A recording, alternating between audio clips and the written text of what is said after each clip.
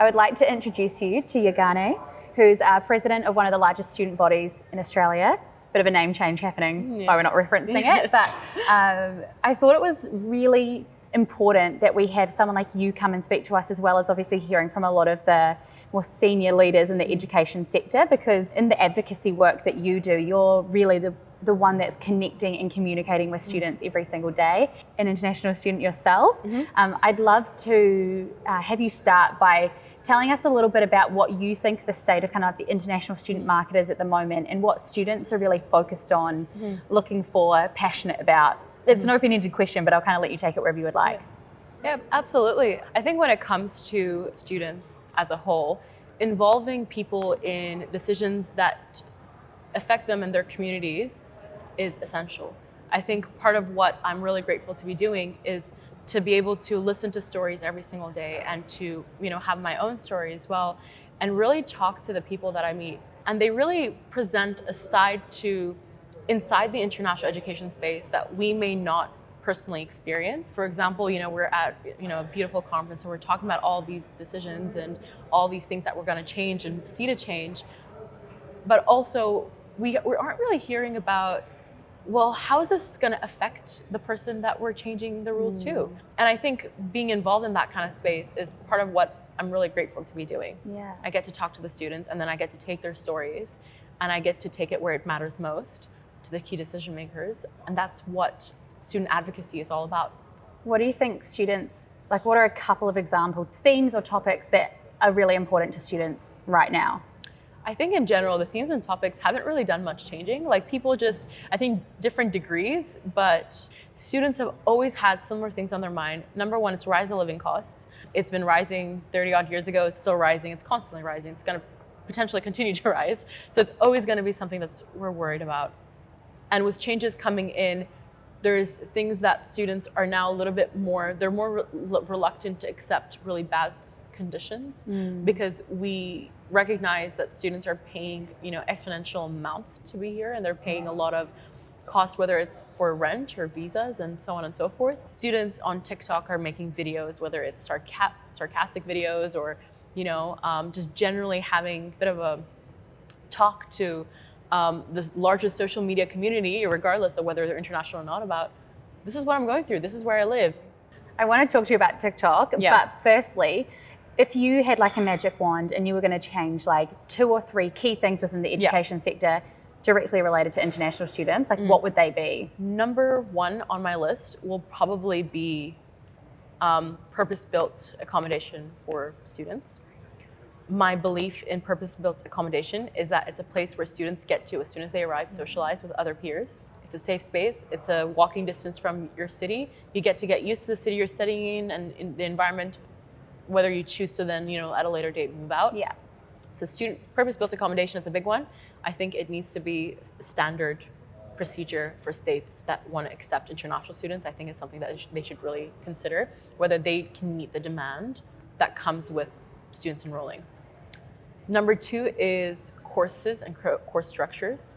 I do think that to this day, unfortunately, we do have a lot of lack of cultural understanding. International students specifically have a lot of nuances, and sometimes there's a bit of shame associated with applying for extensions or just doing certain things. And it's to, you know, I just personally do not understand how, like, you know, in this age of globalization, there are times where people still say, oh, but like, why didn't you just apply sooner? Or why didn't they just do A, B, and C? Or why didn't you just go see a counselor, and not understand that there, for some cultures, there's like a stigma associated with those things. And that person even opening up to us about what they're going through is one of the biggest steps they've had to take, let alone going and seeing a counselor about what they're going through. So if I had a magic wand, that would probably be it. I don't think a magic wand will be able to fix that personally. I'm gonna have to use both of my wandy powers on that particular one, because it's a big one. Amazing. Yeah. We're jumping now back to TikTok. So that's kind of where how you were found. Oh my God, yes. You use TikTok every day. Talk to me about the videos that you initially created and kind of how they went off and what happened there. This is such a Gen Z thing right now. So this is like, I think with social media, I've always kind of been, you know, on social media, and I love posting about my experiences, and I love telling people about how, you know, Australia is, and specifically South Australia, which is where I am. And when I arrived as an international student in South Australia, I don't think there was as large of an international student community. There still was one, but right now it's kind of, you know, blown up a little bit more. But at the time, there wasn't a really big one. So I really wanted to tell people about South Australia and why I love studying here. And I started posting a little bit about it, and that was on Instagram initially. This was before TikTok. TikTok for me started as a thing where I used to just do like basic day-to-day vlogs, and that wasn't really gaining a lot of traction. I don't think it's gotten that big yet, until I started making like experience videos, really funny things that happened to me as an international student. The one video that blew up quite a bit was, I don't know if you remember it, there was like this thing where it was like the Italian song and you're doing this, and the title was Things as an International Student That Just Make Sense. And that was one of the first videos that kind of got a little bit of traction.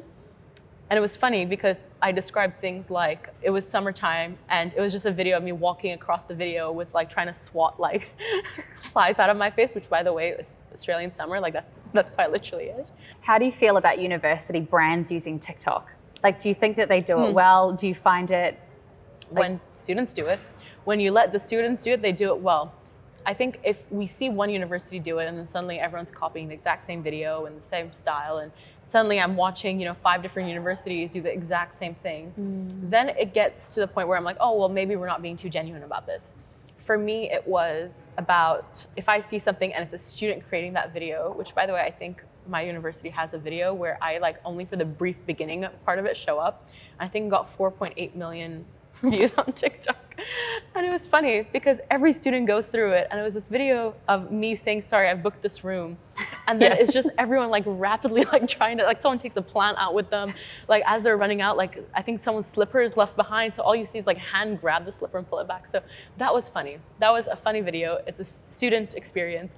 It's the truth. That's literally how it is. We book a room and suddenly the person who's, you know, probably overstayed and hoped that no one booked it is just grabbing everything and like running out. So it's little videos like that one, which I love, which I think students are really just having fun making.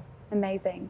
Hey, thank you so much. I'm going to wrap us up here. I really appreciate you taking the time. You are doing such incredible work for the international student body, and it's been amazing to kind of watch you do your thing over the last few days. Oh, awesome. Thank you so much for having me.